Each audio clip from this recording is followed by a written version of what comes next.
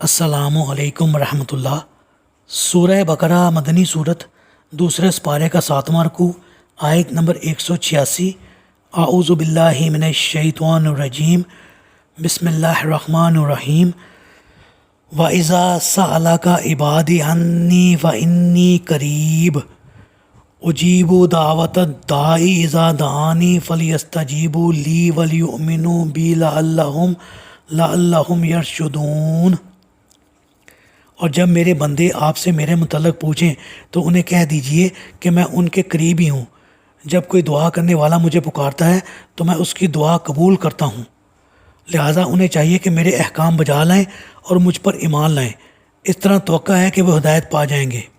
جی، رسول اللہ صلی اللہ علیہ وآلہ وسلم سے بعض لوگوں نے پوچھا تھا کہ ہمارا پروردگار اگر دور ہے تو ہم اسے بلند آواز سے پکارا کریں، اور اگر قریب ہے تو آہستہ آواز سے پکارا کریں۔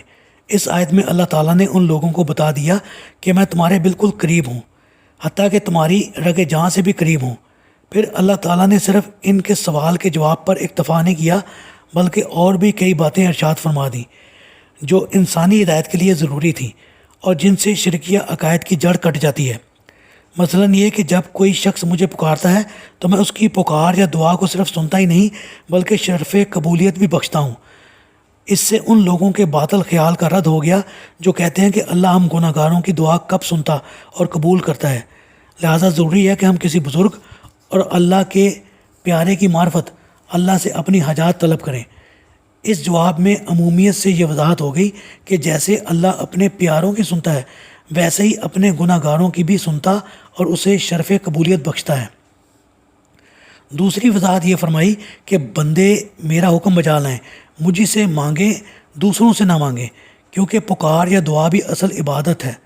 اور تیسری یہ کہ میرے متعلق اس بات کا یقین بھی رکھیں کہ میں ان کی دعا ضرور قبول کروں گا، اور یہی ہوش مندی، سمجھداری اور ان کے فائدے کی بات ہے۔ واضح رہے کہ دعا کی قبولیت کے کچھ آداب ہیں۔ سب سے اہم بات یہ ہے کہ حرام خور کی دعا قبول نہیں ہوتی، اور اس بات کی صراحت احادیث صحیحہ میں موجود ہے۔ دوسری یہ کہ وہ دعا ممکنات سے ہو۔ مثلاً اگر ایک غریب آدمی جسے امور سیاست کی خبر تک نہ ہو یہ دعا کرنے لگے کہ یا اللہ مجھے اس ملک کا بادشاہ بنا دے، تو ظاہر ہے کہ ایسی دعا قبول نہ ہوگی۔ نہ ہی کوئی ایسی دعا کرنی چاہیے جس کا تعلق قطع رحم یا کسی گناہ کے کام سے ہو۔ تیسری یہ دعا کی قبولیت کا بھی اللہ کے ہاں ایک مقرر وقت ہوتا ہے، لہٰذا اس سلسلے میں انسان کو نہ جلد بازی کرنی چاہیے اور نہ مایوس ہونا چاہیے، کیونکہ بعض دفعہ دعا کا یہ فائدہ ہوتا ہے کہ اس سے کوئی نازل ہونے والی مصیبت دور کر دی جاتی ہے۔ اور چوتھی یہ کہ جو دعا کی جائے پوری خلوص نیت سے اور تہ دل سے کی جائے۔ بے توجہی سے اور عادتاً دعا کرنے سے کچھ فائدہ نہیں ہوتا۔ اور پانچویں یہ کہ دعا کرنے سے پہلے اللہ تعالیٰ کی حمد و ثنا اور رسول اللہ صلی اللہ علیہ وآلہ وسلم پر درود بھیجنے کے بعد اپنی حاجت کے لیے دعا کی جائے۔ اور چھٹے یہ کہ اگر اسے اپنی دعا قبول ہوتی نظر نہ آ رہی ہو تو بھی اللہ کی رحمت سے مایوس نہیں ہونا چاہیے، کیونکہ صرف اللہ سے دعا کرنے اور کرتے رہنے کا حکم ہے۔ اس کی قبولیت بسا اوقات اللہ تعالیٰ کی اپنی حکمتوں کے تابع ہوتی ہے۔ مثلاً ایک شخص کی دعا کی قبولیت سے کسی دوسرے شخص یا زیادہ لوگوں کو نقصان پہنچنے کا احتمال ہو تو اللہ کی حکمت کا تقاضا یہی ہوگا کہ اسے قبول نہ کرے۔ تاہم ایسی دعا کا یہ فائدہ ضرور ہوگا کہ اس کے نامہ اعمال میں دعا مانگنے کی نیت لکھی جائے گی اور اس کا اجر اسے آخرت میں ملے گا، یا اس پر آنے والی کوئی مصیبت یا بیماری اٹھا لی جاتی ہے۔ پھر بعض اوقات ایسے ہوتے ہیں جن میں دعا جلد قبول ہوتی ہے، مثلا لیلۃ القدر میں یا سجدہ کے وقت یا جمعہ کے دن، اور ان کی تفصیل کتب احادیث میں موجود ہے۔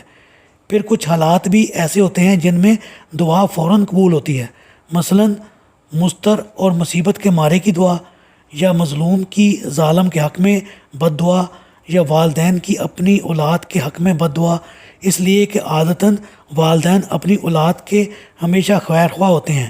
وہ اپنی اولاد کے حق میں بد دعا اسی وقت کر سکتے ہیں جب کہ اولاد کی طرف سے انہیں کوئی انتہائی دکھ پہنچا ہو۔ رہی اللہ کو بلند آواز یا آہستہ آواز سے پکارنے کی بات، تو اس آیت سے یہی معلوم ہوتا ہے کہ چونکہ اللہ قریب ہے لہذا اسے آہستہ آواز سے پکارنا چاہیے، تاہم اس میں بھی انسان کی نیت اور ارادے کا بہت دخل ہے، اور حسن نیت سے ہی عمل میں خوبی پیدا ہوتی ہے۔